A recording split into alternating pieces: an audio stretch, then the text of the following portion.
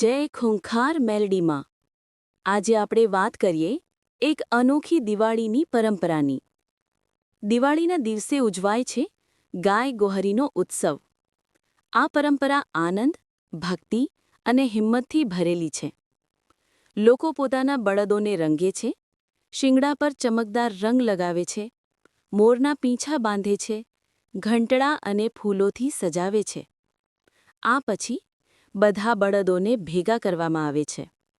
ગામમાં મેળા જેવો માહોલ સર્જાય છે. એક માણસ બળદોની વચ્ચે પડે છે. બળદો ઉપરથી પસાર થાય છે. પણ એ માણસને કશું થતું નથી. એ બતાવે છે કે શ્રદ્ધા અને વિશ્વાસથી મોટો સંકટ પણ ટળી જાય છે.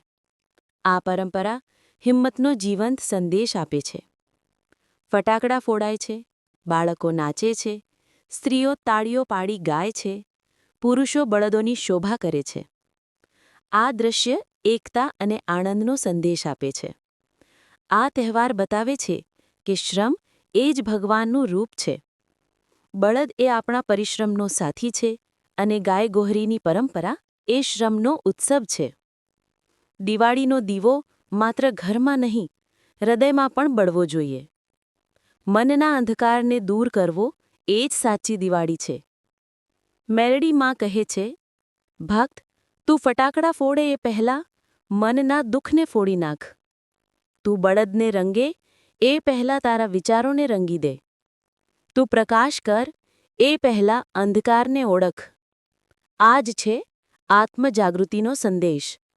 દિવાળી એટલે માત્ર પ્રકાશ નહીં, પરંતુ ભક્તિનો ઉત્સવ.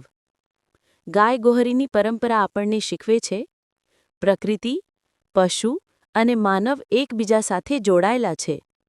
આદર, પ્રેમ અને સહઅસ્તિત્વ એ જ ધર્મ છે. મેલડી માની કૃપાથી દરેક કાર્ય સફળ બને. આપણા જીવનમાં આનંદ, શાંતિ અને પ્રેમ વરસે. દિવાળીનો પ્રકાશ હંમેશા તમારા જીવનમાં રહે અને મેલડી માની કૃપા તમારા દરેક પગલે સાથ આપે. જય ખૂંખાર મેલડીમાં.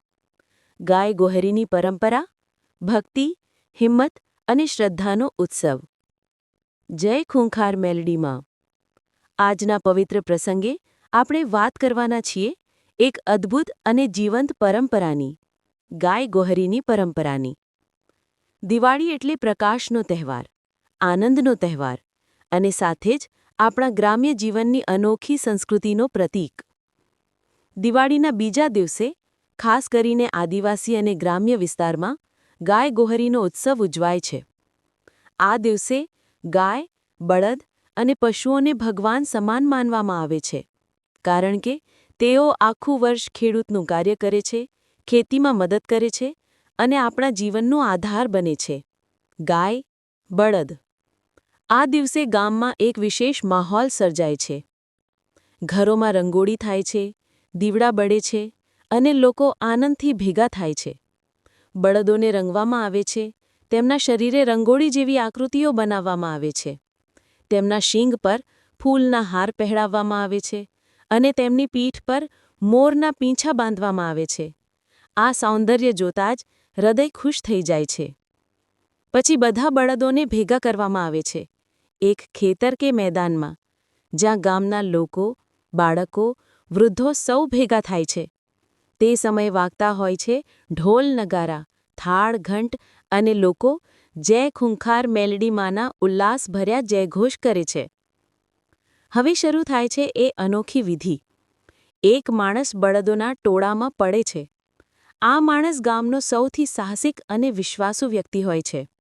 તે બળદોની નીચે શરણાગત થાય છે, એક પ્રતીક તરીકે કે હું પ્રકૃતિને સમર્પિત છું, હું ગૌમાતાને નમન કરું છું. બળદો તેના ઉપરથી પસાર થાય છે, પણ કોઈને ઈજા થતી નથી, કારણ કે આ પરંપરા પ્રેમ અને વિશ્વાસ પર આધારિત છે. તે પછી ફટાકડા ફોડાય છે, આનંદનો માહોલ સર્જાય છે અને સમગ્ર ગામ મેળા જેવો રંગ ધારણ કરે છે.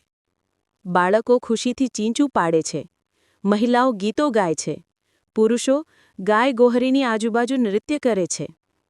આ દ્રશ્ય એકતા અને આનંદનો સંદેશ આપે છે. આ તહેવાર બતાવે છે કે શ્રમ એ જ ભગવાનનું રૂપ છે. બળદ એ આપણા પરિશ્રમનો સાથી છે અને ગાય ગોહરીની પરંપરા એ શ્રમનો ઉત્સવ છે. દિવાળીનો દીવો માત્ર ઘરમાં નહીં, હૃદયમાં પણ બળવો જોઈએ.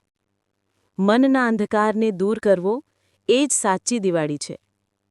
મેલેડીમાં કહે છે, ભક્ત, તું ફટાકડા ફોડે એ પહેલાં મનના દુઃખને ફોડી નાખ. તું બળદને રંગે એ પહેલાં તારા વિચારોને રંગી દે. તું પ્રકાશ કર એ પહેલાં અંધકારને ઓળખ.